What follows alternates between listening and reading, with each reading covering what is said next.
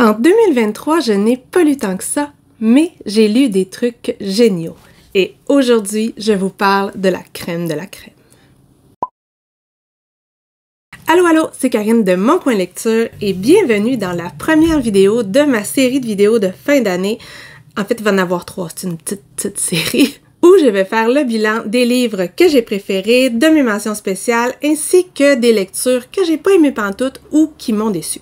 Pour me donner un peu de courage, je commence par mes meilleures lectures. C'est la vidéo que je préfère faire et aujourd'hui, après avoir passé 4 jours à traînasser en pyjama, j'avoue que de me chixer devant ma caméra, ça me tentait juste moyen. Fait qu'il a fallu que je m'encourage un petit peu.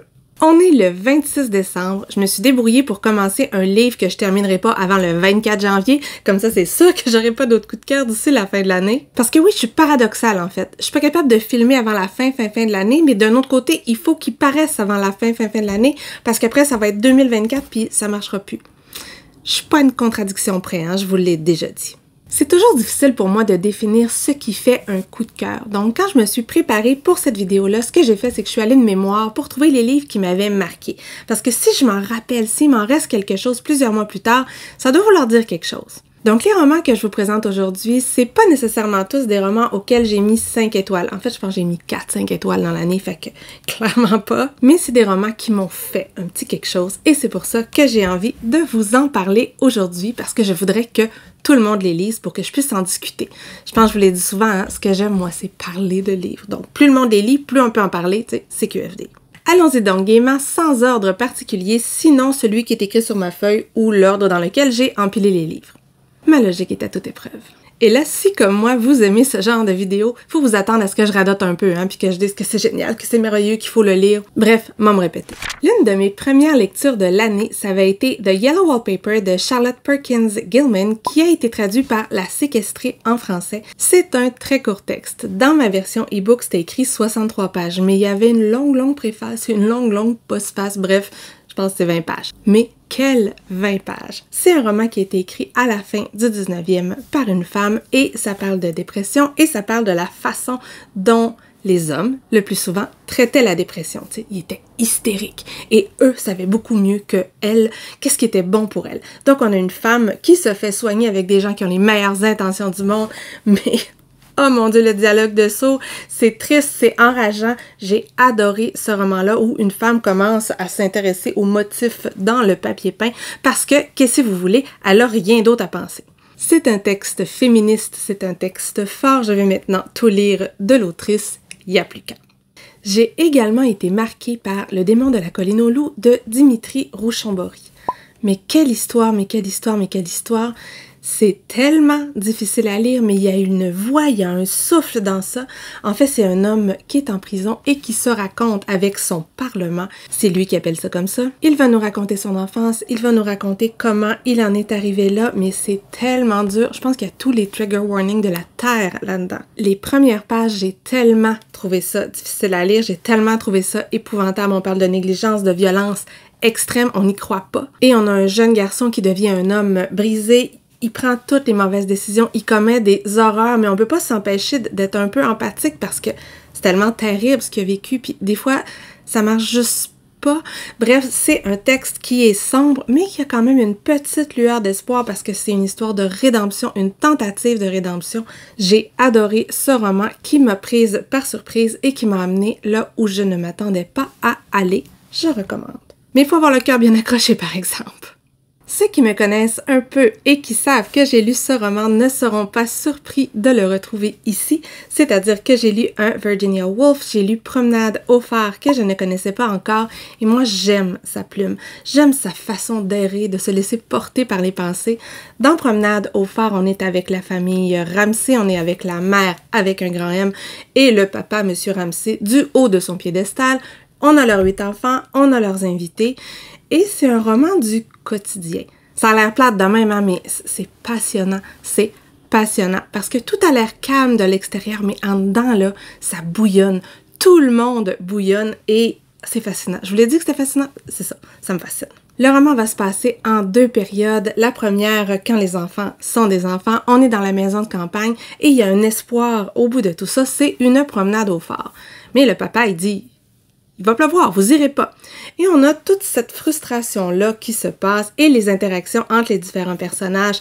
On en a qui sont détestables, mais qui sont tellement représentatifs d'une catégorie de mâles qui se croient tout permis, tout sachant, qui savent tout, qui connaissent tout et qui, bien entendu, se sentent obligés de nous donner leurs opinions. On n'en connaît pas des comme ça, hein? Je suis sûre que non. Il y a une scène de repas qui est mémorable et il y a le personnage de Lily Briscoe qui est une artiste qui se cherche dans ce monde d'hommes où personne ne se gêne pour lui dire que les femmes, là, c'est pas leur place en littérature et en art en général. Quand on reprend l'histoire 20 ans plus tard, les choses ont changé, bien entendu, les relations ont évolué, il y a des dissensions, il y a des différences dans les perceptions, mais c'est nostalgique, ça parle de perte, ça parle de deuil, ça parle de trouver sa place dans le monde. J'ai tellement aimé ça. Vous dire comment j'ai trouvé ça beau, c'est certain que je vais relire ce roman-là un jour. Le prochain roman, j'aurais la difficulté à vous dire s'il se trouve là en raison du roman lui-même ou en raison de tout ce qu'il a amené comme discussion par la suite. C'est un roman pour lequel on a fait un live sur la chaîne de Sylvain Desmenti. Ce sont Les éclats de Bret Easton Ellis. C'est un gros roman, je l'ai lu en 2 jours. Mais quel ride! Quel ride! Plusieurs disent que c'est pauvre petit garçon riche. Oui, c'est ça. Mais c'est pas juste ça. C'est un personnage qui perd pied, c'est un narrateur qui n'est aucunement fiable et on a Bret qui veut faire sa légende. Qu'est-ce qui est vrai, qu'est-ce qui est pas vrai. Bref, on est à la dernière année de ce qui est pour nous le secondaire, mais eux, ils ont pas de cégep, fait qu'après, ils vont directement à l'université et notre personnage principal a décidé d'être un participant palpable, de vivre vraiment sa vie tout en s'éloignant un petit peu. Il y a une petite copine qui aime pas tant, il y a une relation avec un autre de ses copains, il est en amour avec un autre. Et cette année-là, arrive un nouvel élève et Bret va être persuadé que c'est un meurtrier en série. À partir de là, ça dérape. J'ai tellement aimé ça, là. C'est tellement fou. On sait plus qui croire, on sait plus où est-ce que ça s'en va. J'ai tout vécu à travers ça. J'ai voulu secouer les personnages à tour de rond. Mais pourquoi ils croient pas? Mais pourquoi ils croient pas? En tout cas, c'est un roman qui m'a fait réagir. J'ai adoré en parler, comme je vous ai dit tantôt. Et cette lecture-là a définitivement marqué mon année de lecture 2023. Maintenant, un autre très court texte qui s'appelle « Beau diable » de Jean-François Caron. Ceux qui me connaissent, il y en a-t-il qui me connaissent? Je dis toujours ça, mais il y en a-t-il qui me connaissent un peu? En tout cas, il y en a qui savent que j'avais adoré le roman précédent de l'auteur. Ça s'appelait De bois debout et moi, j'aime terriblement sa façon d'écrire. C'est un conteur, mais un conteur, là, c'est incroyable. Et en plus, ici, on est un peu dans ces contes de néo-terroir. On est avec un homme qui est un conteur et qui se raconte. La première phrase, c'est « Ça commence par une voix, la mienne, dans le noir. C'est tout ce que ça prend. » Et c'est vrai, c'est tout ce que ça prend. Ça prend la voix de Jean-François Caron. C'est un homme qui vit dans le bois, qui doit faire face à un deuil et qui va rencontrer toutes sortes de personnages un peu fantasques, très très haut en couleur et un jour, il va sauver un beau diable à 7 têtes. Oui, on a un peu de fantastique, mais on a l'impression d'avoir un nouveau conte classique québécois. Ça parle de douleur, ça parle de reconstruction, ça parle des souvenirs. J'ai terriblement aimé ça et il y a beaucoup d'espoir et j'aime Jean-François Caron. Ben, ce qu'il écrit, parce que je l'ai rencontré, il est fin, mais je suis quand même pas en amour, mais sa plume, oui. Ensuite, on reste dans le québécois, mais on s'en va dans du théâtre. Il s'agit de Wollstonecraft de Sarah Berthiaume. J'aurais pu mettre ma relecture de Frankenstein dans ces tops-là parce que c'est un roman de mon adolescence que j'ai relu et que j'ai vu avec des yeux très différents. J'ai été fascinée. Tellement que suite à cette lecture-là, j'ai décidé de lire plein de choses qui ont été dérivées du roman de Mary Shelley, dont Wollstonecraft, qui était le nom de jeune fille de la mère de Mary Shelley. Ici, comme je disais, c'est du théâtre, c'est très contemporain et l'autrice a vraiment réussi à reprendre tous les thèmes d'une façon très très habile, tout en devenant très actuelle et en parlant d'écologie, de catastrophes climatiques, de surconsommation, tout en critiquant le capitalisme. Puis là, vous vous dites, mais les thèmes de Frankenstein dans tout ça? Oui, mais non, parce qu'ici, on va relier les thèmes de la création et de la procréation. Ça parle d'art, ça parle aussi de responsabilité, ça parle du bien et du mal, ça parle des sentiments du créateur face à ce qu'il a créé. Il y a plein de clins d'œil au roman original ainsi qu'à la vie de Mary Shelley, parce que Mary Shelley a perdu plusieurs enfants en bas âge. Ici, c'est une femme dont le dernier roman a été un échec. En fait, ses idoles féministes lui ont dit que son roman n'était pas du tout féministe, donc depuis ce temps-là, elle veut avoir un enfant, elle fait des fausses couches à répétition, ça ne fonctionne pas, et sa meilleure amie, une ancienne actrice, est devenue représentante Tupperware. Tupperware, vous comprenez? Elle se prend au sérieux, c'est tragicomique, c'est drôle et c'est pathétique à la fois, mais ça va permettre à plusieurs événements de se produire. C'est extrêmement bien fait et maintenant, je veux voir cette pièce sur la scène. On va passer maintenant à Lolita de Nabokov. Tout le monde est surpris parce que c'est vraiment pas un roman auquel j'ai mis 5 étoiles. J'ai été tellement perturbée à la lecture de ce roman, vous pouvez même pas vous imaginer. J'étais à l'envers, là, c'est fou. Tout le monde connaît l'histoire, je ne vais pas m'étendre tant que ça, mais on a Humbert qui projette sur la petite Lolita, 12 ans, ses désirs, et on a un narrateur pédophile complètement pas fiable, et la façon qu'il a de voir les choses, la façon qu'il a d'interpréter la réalité, c'est terrible, c'est terrible. Ce qui se passe là-dedans, là, c'est indicible. Par contre, c'est tellement bien écrit, tellement. On a l'impression de regarder un film d'horreur avec une petite musique douce derrière. Donc, cette dualité-là, ça rend la lecture très inconfortable, mais ça fait qu'elle marque par la suite. Et quand même, Nabokov avait un vrai génie pour être capable de nous faire passer cette histoire-là, de nous faire comprendre ce qu'il voulait dire. Parce que pour Nabokov, Lolita, c'est une victime et seulement une victime. C'est pas sa faute ce qui arrive. Ce qui aurait dû être safe devient la pire expérience de son existence et sa façon de réagir et la façon qu'a Humbert de justifier ce qu'il fait, de se créer une histoire, une explication. Mais quand même, un roman qui me met dans un tel état, je pense qu'il mérite sa place dans mes lectures les plus marquantes de 2023. Pour rester dans le même thème, je vais vous parler de Triste Tigre de Neige Sino. C'est difficile pour moi de qualifier ce texte-là. On est entre essai, roman, autofiction, réflexion, philosophie. C'est extrêmement particulier. Ici, l'autrice va nous parler de son expérience. Elle a été violée à répétition par son beau-père quand elle était enfant et des années plus tard, après avoir dénoncé, elle va nous en parler et elle va faire beaucoup de liens avec la littérature, avec l'art, avec plein de choses en général, dont Lolita. Et suite à la lecture de Triste Tigre, je me suis presque sentie coupable d'avoir autant été fascinée par Lolita parce que justement, quelque chose qu'elle dit souvent, c'est que la personne qui est intéressante dans cette histoire-là, c'est pas la victime, c'est le bourreau, parce que c'est sa psyché à lui qu'on voudrait donc comprendre. Et les deux, mis côte à côte, ça fait vraiment une expérience particulière dans la lecture. Neige Sino va nous raconter une histoire d'horreur. Par contre, jamais en tant que lectrice, je me suis sentie voyeuse. C'était aucunement sensationnaliste. On sentait qu'il y avait une distance, que c'était réfléchi. Oui, elle nomme les choses. Oui, elle dit ce qui s'est produit, mais jamais on est dans du gore pour du gore. En plus de ça, la façon dont le texte nous est présenté, on a des extraits de journaux, on a différentes narrations, mais pour moi, c'est un texte qui était très méta. C'est un texte qui dérange et on voit à quel point, même celles qui s'en sont sorties, même celles qui ont parlé, elles sont marquées par ce qui s'est passé et ça fait partie de leur soi intrinsèque. C'est un texte qui fait terriblement mal, c'est un texte qu'il faut lire. Il n'y a rien qui est romantisé là-dedans. Et moi, ce qui m'a vraiment fait réfléchir, c'est la notion de rédemption par l'art, par l'écriture, par la parole. Elle a son idée là-dessus et c'est extrêmement intéressant. Sincèrement, j'ai été agréablement surprise. Une autre belle découverte dont je me rappelle très bien, et c'est bizarre parce que vous avez eu la vidéo il y a quelques jours, mais je l'ai lu il y a plusieurs mois, donc il s'agit de Vigdis la farouche de Sigrid Undset.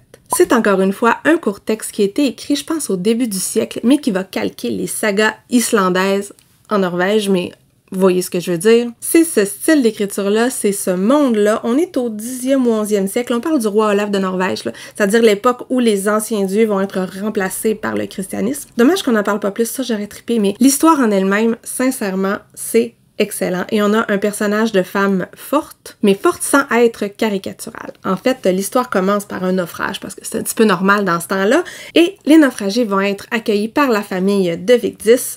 L'un des personnages va la trouver très jolie, elle aussi, mais son papa était très progressiste, c'est-à-dire qu'il lui laissait choisir qui elle épousait, et elle n'avait aucunement l'intention de se garrocher comme ça dans les bras du premier venu. Elle voulait y penser, tu sais.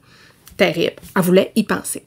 Le mec, il va pas l'apprécier, il va commettre l'irréparable et par la suite, même si Vigdis avait certains sentiments, elle ne va vivre que pour se venger et c'est sa vie qu'on va voir. C'est très court, c'est excellent et à travers si peu de pages, on réussit à nous mettre totalement dans cette atmosphère-là. On sent le froid, on sent les grands vents et on sent la colère de Vigdis. On a aussi un autre personnage qui évolue d'une très belle façon, une vraie évolution de personnage. Encore une fois, c'est une autrice dont j'ai décidé que je lirais beaucoup de choses. Sauf que je sais pas si elle écrit beaucoup de choses, mais je veux en lire. Un autre roman auquel je ne m'attendais pas tant que ça, j'aurais dû pourtant, tout le monde disait que c'était fabuleux, il a été nominé pour tout plein de prix, mais on dirait que dans ce temps-là, tu sais, j'ai peur un petit peu. Il s'agit de Ce que je sais de toi, de Éric Jacquot, et ce qui m'a fait triper dans ce roman-là, c'est certes l'évolution du personnage, mais c'est l'espèce de petite twist dans la narration dont je peux pas vous parler, mais j'ai tellement trouvé ça intelligent et quand on comprend, il me semble que ça ajoute toute une dimension à ce texte-là. J'ai adoré la narration. Adoré. Parce que c'est un texte qui se lit facilement, c'est un texte qui est hautement lisible, hautement accessible. Ça, c'est une qualité pour moi. Et qui peut avoir l'air de rien au départ, mais sincèrement, la façon dont c'est écrit, là, c'est top. Moi qui est une fan de style littéraire, de narration bizarre, c'était pour moi. On est donc au Caire, on est dans les années 80, on est avec un homme qui a décidé de faire simple, c'est-à-dire de se faire exactement tout ce qu'on attendait de lui. En fait, faire simple et pas. Il n'y avait pas tant de place pour ses propres désirs dans sa famille. Son père était médecin, sa mère était très présente dans sa vie et il avait décidé que ce serait comme ça. Il s'est marié, ça allait bien avec sa femme, c'était pas la grande passion, mais ça allait bien, il se croyait amoureux et tout.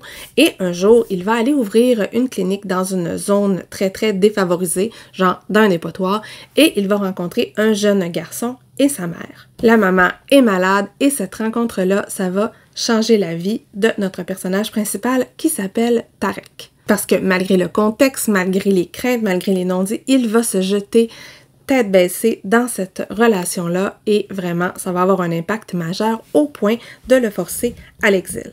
Tu sais, faut dire, l'homosexualité dans les années 80 en Égypte, c'était pas top. Maintenant non plus, c'est pas top. J'aurais de la difficulté à vous dire qu'est-ce qui est pire, mais en tout cas, ça passait pas et c'était l'honneur de la famille qui était en jeu. Ça parle d'amour, ça parle de perte, ça parle d'exil. C'est très bien écrit, j'ai adoré ce roman-là et je vais clairement lire les prochains ouvrages de l'auteur en espérant que ça ne prenne pas 10 ans cette fois.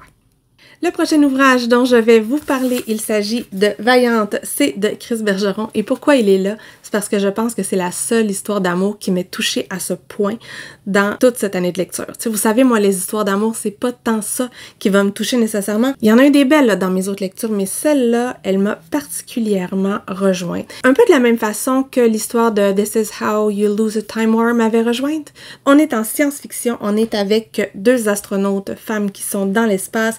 Elles sont partenaires, elles sont amantes également. Et ici, on a la commandante Andrea Chang qui va raconter, c'est un long monologue. Elle parle à la Terre, mais la Terre ne répond pas tant que ça non plus. Et elle va raconter ses derniers instants avec sa compagne parce que dès le début, on sait qu'elle est condamnée à un truc nucléaire, on sait qu'elle va mourir, qu'est-ce qui va se passer par la suite. C'est très beau, c'est très tendre et de temps en temps, l'autrice, elle va se permettre des espèces de jabs au patriarcat. C'est jubilatoire. Et même si le thème est difficile, c'est d'une douceur ce truc-là, j'adore. Et c'est situé dans le même univers que le roman précédent que j'ai lu de l'autrice, ça s'appelait Valide et il y a le prochain qui s'appelle Vandale. C'est entre les deux. On est dans le même monde et j'ai énormément aimé ça. Je vous en parlerai pas trop, là, c'est vraiment pas long puis il faut pas tout que je vous dise quand même. Est-ce qu'on s'en va vers du Stephen King? On s'en va vers du Stephen King. J'en ai lu pas mal cette année et il y a presque 3 romans de lui qui ont fait partie de cette liste-là. L'autre va faire partie de l'autre liste. Mais quand même, ici, il fallait que je vous parle de 2 ouvrages que j'ai lus, c'est-à-dire le premier, 22-11-63. Vous savez que j'aime les voyages dans le temps et ici, on a du voyage dans le temps très bien fait. Avec des paradoxes temporels, des gens qui comprennent pas trop comment ça fonctionne, qui se lancent un peu à l'aveuglette dans toute cette histoire. On a donc un professeur au collège, Jake Epping, je crois. Il n'est pas malheureux, mais sa vie n'est pas passionnante non plus. Un jour, puis là je vous expliquerai pas le pourquoi du comment, il va être entraîné dans une aventure de voyage temporel parce que quelqu'un lui donne une mission. En fait, on a un autre personnage qui ne peut plus compléter la mission qu'il s'était donnée et il dit « Il faut que ce soit toi, t'as pas tant d'attaches, tu vas vouloir, il faut que tu partes en 1958 et à partir de là, tu vas avoir 5 ans pour empêcher l'assassinat de Kennedy parce que si Kennedy n'est pas assassiné, bien c'est clair, tout le reste va bien aller par la suite. » Sauf qu'il sait pas tant si c'est vraiment Lee Harvey Oswald. Il pense que c'est lui, mais il faut qu'il soit sûr. Donc 5 ans, c'est correct. Ce qui est vraiment intéressant pour moi dans ce roman-là, c'est la vie de Jake qui devient George en 1958. Il va arriver dans un petit village et il va vraiment se faire une vie à cet endroit-là. C'est l'ère du rock and roll, ce sont les belles années 1950, surtout quand on est blanc puis qu'on n'est pas trop pauvre, ça aide. Il va rencontrer plein de monde qui vont être sa nouvelle famille et il y a une très très belle histoire d'amour dans ça. Ouais, cette histoire d'amour-là m'a touchée autant que celle-là de Valiant. Ouais, c'est ces deux-là. Bref, c'est très bien fait, il y a des côtés qui sont doux amers. J'ai adoré la finale, même si c'est un petit peu triste. Et ici, on est 0-0 dans l'horreur. On est vraiment dans autre chose. Même si, je le crois, il y a Pennywise en quelque part parce qu'on passe par Derry et on voit Bev et Richie. J'ai adoré ce petit caméo. J'adore quand Stephen King fait ça. C'est un excellent roman. J'en aurais pris 1000 pages de plus. À aucun moment, je n'ai été lassée par cette histoire-là. Puis en français, ça a 1000 pages. Puis je vous en parle, puis j'ai l'impression que c'est pas si extraordinaire, mais c'est bon. Je vous jure que c'est bon. Ensuite, toujours dans Stephen King. Ça. Ça. Ouais, celui-là. Non, mais. Pour moi, là, ces personnages-là, ils existaient. Et quand un auteur réussit à faire exister des personnages dans mon cœur et dans ma tête, là, c'est sûr que c'est une réussite. La preuve, c'est que quand j'en ai revu 2 dans 22-11-63, j'étais comme... c'est ça. Tout le monde connaît cette histoire-là. Moi, j'avais attendu maintenant pour le lire parce que quand j'étais petite, j'avais vu un bout du film et j'avais vu l'espèce de face du clown. J'avais fait un saut. C'était fini. J'haïs les films d'horreur. J'aime lire de l'horreur, mais les films, là, j'haïs ça mourir. Bref, je l'ai lu en 2023. Je sais, ça fait peur. Mais quel ride, encore une fois. Oui, on a de l'horreur, oui, il y a du gore, mais pour moi, c'est pas ça qui prime dans ce roman-là. C'est vraiment un roman sur la fin de l'enfance, sur ces portes qu'on ne peut plus rouvrir une fois qu'elles sont fermées. On a un monstre qui se sert justement des craintes des jeunes enfants pour créer leur horreur à eux. Et oui, l'horreur vient de Pennywise dans cette ville de Derry qui est mauvaise. Mais la véritable horreur, elle vient autant de leur famille, de leur vécu, ce qui fait que le Losers Club, parce que là-dedans, c'est le club des ratés. Et si on croit qu'ils sont devenus amis ensemble un peu par dépit, parce que c'est un peu tous les rejets, mais en fait, ensemble, ils vont être forts et ils vont être capables de vaincre ce monstre-là. Mais l'ont-ils vraiment vaincu?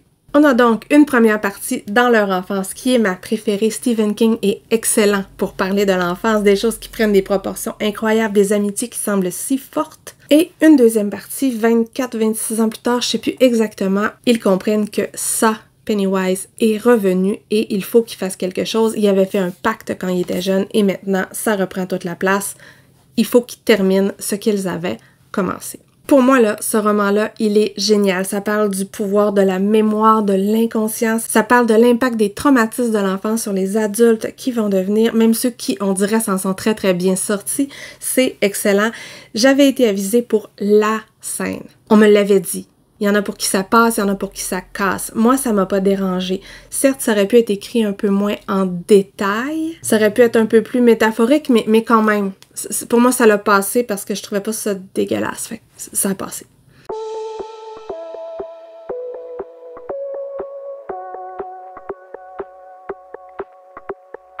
Et finalement, dernier roman de ce top 2023, il s'agit de Kindred de Octavia E. Butler.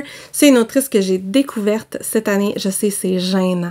Mais quelle découverte! On est encore ici dans les voyages dans le temps, mais on est à des années-lumière de 22-11-63. Ce n'est pas du tout ça. Ici, on a une jeune femme noire dans les années 70 qui a un amoureux blanc.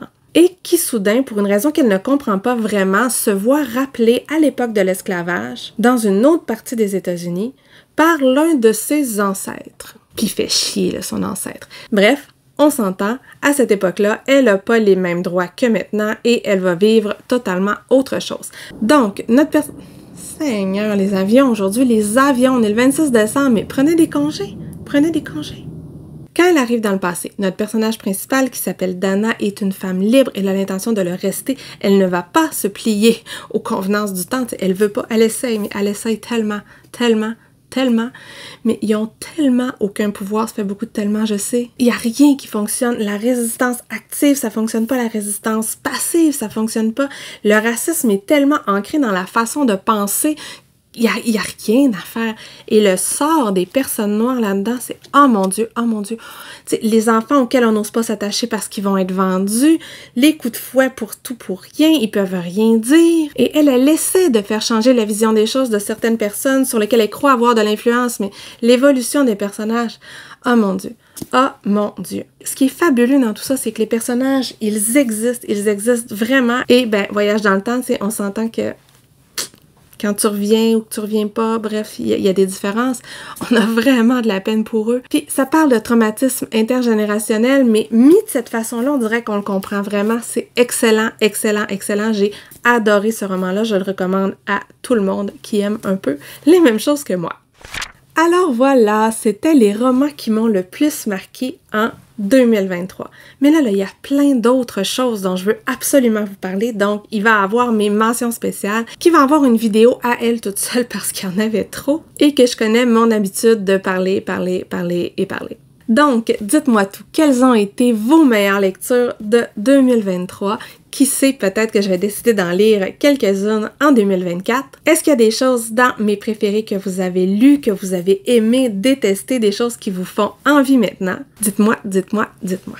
Comme d'habitude, si vous avez aimé la vidéo, vous pouvez faire un like, vous pouvez la partager ou, soyons fous, vous abonner à ma chaîne. Ce qui arrive ici par le biais de cette vidéo-là. Je fais une vidéo une fois par semaine ou par 2 semaines, des vidéos thématiques, certains vlogs lecture, je vous parle de ce que je lis, des fois 6 mois en retard, mais je finis toujours par en parler. Je fais également des piles à lire que je ne lis pas, mais c'est une autre histoire. Sur ce, je vais vous souhaiter une très bonne année 2024, d'excellentes lectures et une bonne fin de journée. À la prochaine!